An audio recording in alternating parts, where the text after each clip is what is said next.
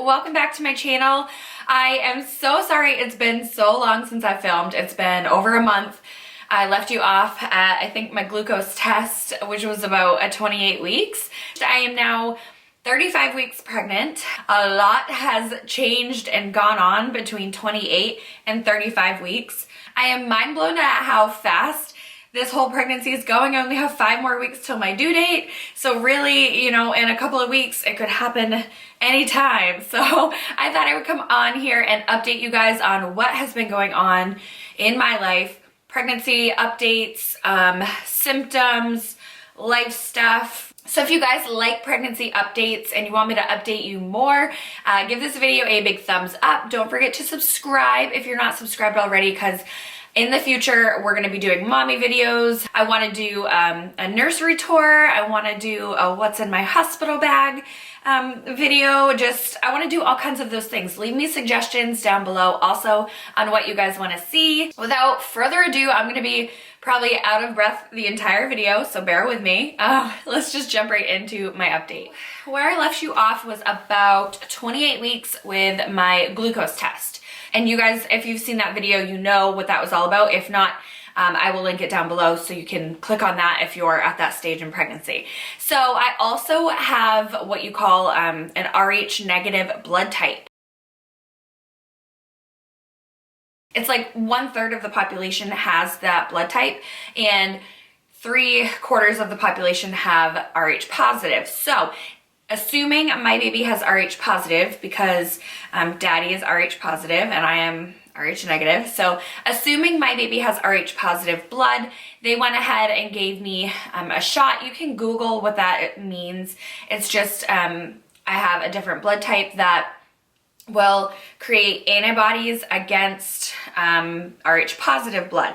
So if I, God forbid, had any bleeding or anything like that, it would be very bad, because my body would try to attack that blood in my system, or my baby's blood, something like that. Like in your first pregnancy, it's not as important, like not as, what do you call it? I don't know. Your blood probably won't mix, but if I have another child down the road, then my body would try to attack that baby's blood. It sounds terrible. It's apparently very common. My mom had to go do the same thing. So basically, I just got a shot in my bum, which hurt a lot because I haven't had a shot in my bum forever. But anyway, I had to have a shot in my bum that will prevent my body from attacking my baby's blood or future baby's blood or anything like that. Because when you give birth, there's blood happening.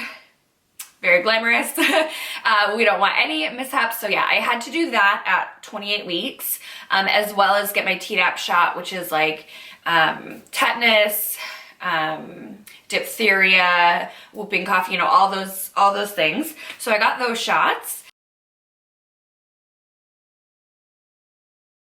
So at 30 weeks was when things started to change for me. Up until then, nothing new.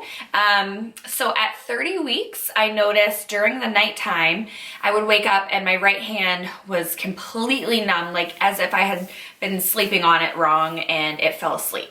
So, and then during the day, it would tingle a little bit, but it wasn't too bad. So over the last couple of weeks, it has gotten progressively absolutely terrible. In the middle of the night, no matter what position I am in, my hand, it feels like someone is just stabbing it with knives. And I'm not being dramatic at all. Like, if any of you have had this symptom, you absolutely understand what I'm talking about. They call it a pregnancy carpal tunnel. Now mine, of course, is not typical. I never have the typical symptoms. Usually you feel it in your wrist, carpal tunnel, and it's just from inflammation and swelling. Well, mine, I must have inflammation and swelling somewhere like in my elbow, shoulder, or wrist that is affecting my fingers. My pinky I can feel, but these first 4 fingers are like completely numb. My hand itself is pretty swollen. I honestly feel like I have a ham steak as a hand. I feel like it's huge. I wake up, I can't make a fist. Now, you know, throughout the day I can move it and whatnot, but in the middle of the night, I have to try to constantly shake it out, change positions, just hope to fall asleep. I'm trying to stay really hydrated, but really there's not much that I can do, my doctor said. She said you can try a wrist brace, which I've actually already done, but it doesn't affect my wrist. My wrist doesn't hurt, and when I wear the wrist brace, it does absolutely nothing for my fingers. So I only have a few more weeks left, so that's just one of the symptoms that I'm going through. And it's funny because apparently it's really common, but yet I had never heard anything about it before I got pregnant. And then when I started to feel the symptoms, I was Googling it and I was asking my doctor, and apparently it's really common, but I've never heard of it before. So anyway, if you guys have felt any of the carpal tunnel syndrome's symptoms, let me know down in the comments below. If anything helped you get through or relieve the pain or, you know, numbness, let me know. I mean, whatever, I've been dealing with it for about 5 weeks now, so I'm just kind of used to it, and I know that it's gonna end soon once the inflammation stops. It is transferring to my left hand now towards the end, but my left hand, it's not as bad as my right hand. I don't know if you notice, but I feel like I'm talking with a lisp a lot more right now. And my jaw, it feels like I can't bite down as like I used to. I don't know. It's probably the hormone relaxin, which is very common during pregnancy. It's that hormone that's gonna allow our ligaments and joints to loosen up to give birth. It affects a lot of different areas in your body, and I feel like it's affecting my jaw. It doesn't hurt at all, but I notice when I wake up, I talk with a lisp, and when I go to bite down for the first couple of meals, I notice like I can't connect my jaw. I don't know how to describe it. My teeth don't meet where they used to meet. So it's kind of weird, but I'm pretty sure that's from the hormone relaxin.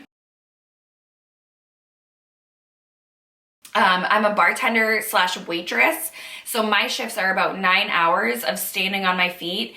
Bartending is worse than waitressing on my feet because bartending, I'm really only in this one little area that I go back and forth in, and then if I don't have a ton to do, I just stand in the one spot, versus waitressing, you're kind of constantly moving and getting your blood flow going. So by my 4th night of work, my ankles and feet are so swollen, it's ridiculous. One day I came home from work, I took my shoes off and socks off, and it looked like I was wearing a Nutty Professor fat suit around my ankles. I had no ankles, really, they were the size of my calf, like swollen, and it was scary. So I immediately started to panic, thinking like, oh my God, what if I have preeclampsia? Like, that's so scary and dangerous for mom and baby. I elevated my feet. I've been soaking my feet. I've been drinking so much water. I'm peeing clear. Like, I know I'm hydrated. I've been staying away from a ton of salt and processed foods. I'm trying to, you know, make sure I'm eating nuts and avocados, things that are anti-inflammatory, just doing whatever I possibly can to get the swelling down. But I do notice when I wake up in the morning, my ankles are pretty much back to normal, which is a really good sign. As long as the swelling goes away and it doesn't maintain all the time, then I'm pretty sure that's a really good sign. And also, like, when I press on my ankle, it doesn't leave a dent or anything like that. That toxemia, edema, and preeclampsia, you know, those things that are not good signs. So knock on wood, I'm pretty sure we're just going to call it a symptom of my job, because sitting and standing for long hours at a time will 100% cause pooling of blood and fluid down to your feet, ankles, probably all the way up to your knees. Also, because of the swelling, my shoes, literally none of my shoes fit me. My sneakers fit, my Uggs fit. I had to go up a size in work shoes and get nice, comfortable work shoes. That's from A, the swelling, and B, the relaxin. Apparently you have like 26 bones in your feet, so all these bones will be spreading out and relaxing and loosening up all the ligaments to help with balance, and also just the hormones that are going through your body as they are. So apparently a lot of women's feet do not go back down to their original size. kind of disturbing because that means I'm gonna have to go out and buy all kinds of new shoes. I mean, new shoes are fun, but I don't want to spend money on new shoes. So I'm really kind of hoping that my feet, you know, swelling goes down and we'll go back to normal after birth. But it's looking like it's very common. If they stay a size bigger, that's very normal. We had our baby shower for my family here. I live in Maine, so we had a baby shower here a couple of weekends ago. Then last weekend we went to Connecticut, where my boyfriend's family is from. We had a baby shower there. And then last night some of my coworkers and friends surprised me with a baby shower at my friend's house. And so that was really exciting, but I have just been go for like 3 weekends in a row. And then, which I just feel so appreciative and overwhelmed with love and support. And we've just been so blessed with things that people have done for us and for our future daughter. Yesterday, also very exciting, my boyfriend and I had a maternity photo shoot. So I can't wait to see those photos. They'll be ready in about like 3 weeks. I'm sure I'll share them on Instagram for you guys. And then we also are doing a newborn photo shoot with the same photographer when she is born. So probably when she's like 10 days old. So a couple of weeks ago, I started to feel the little baby really moving, and I could feel pokes instead of just the quick kicks. And when I felt my belly, I could feel like a legit limb. It felt like a hand, an elbow, a foot, something like that. But it was definitely either a hand or elbow or foot because it was nice and pointy. It was like a pointy little nub. So when I touched it, I was like, oh, I just felt so connected to her. And it was absolutely amazing. And then one day on the couch, my boyfriend and I were sitting there and I felt like intense motion in my belly. So I lifted up my shirt and you could 100% see like a leg or an arm just flipping in my belly. And from then on, I've been feeling movements in my rib cage and down near my pelvis. So she is now head down as of our last appointment, 34 weeks. So as of our last appointment 1 week ago, the doctor told us that she was head down. So we're really praying that she's too big to move and she stays head down. And I thought that was really cool to know, like, okay, she's head down now, like we're nearing the end. It's getting really real and exciting and then like scary at the same time because it's like, oh my God, are we ready? Do we have everything we need? I'm sure we have everything we need. We're those first-time parents who think we need everything right now. Weight gain currently, I have gained 23 pounds and I am 35 weeks pregnant. So I am definitely on track to be between the 25 and 35 pound recommendation. So that's really exciting. I'm definitely feeling like I am getting really, I'm not gonna use the word fat. I am getting uncomfortable, let's just put it that way. When I wake up, I notice I'm retaining a lot of water around my jawline, my face is poofing out, my legs, my thighs in particular have gotten really like water retained and it doesn't feel so good, but I have to just keep reminding myself my body is working on making a miracle here and I have to just keep myself focused.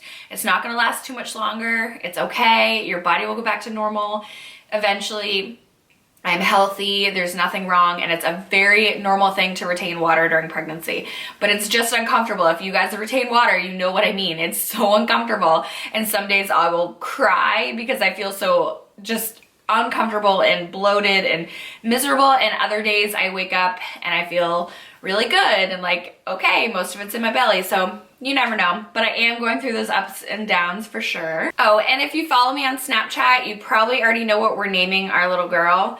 We're probably not going to announce it. It's not a secret, but we're probably not going to announce it fully yet until the day she's born, just because I think that's like really exciting to announce her full name. But yeah, we have picked it out. I do love it. If you've, like I said, followed me on Snapchat, you probably already know her first name. But we will update you guys on that soon. Oh yeah, I need to show you a belly update, bump update. So let's do that. Okay, so this is my 35-week belly bump update. It has definitely grown in the past week, I want to say. I feel like I was very small for the longest time, and now I'm finally starting to pop out there. And as this little girl grows, she's gaining about a half a pound a week, so it's about time. All right, you guys, I will see you again in my next video. Thank you so much for watching. I love you. Mwah.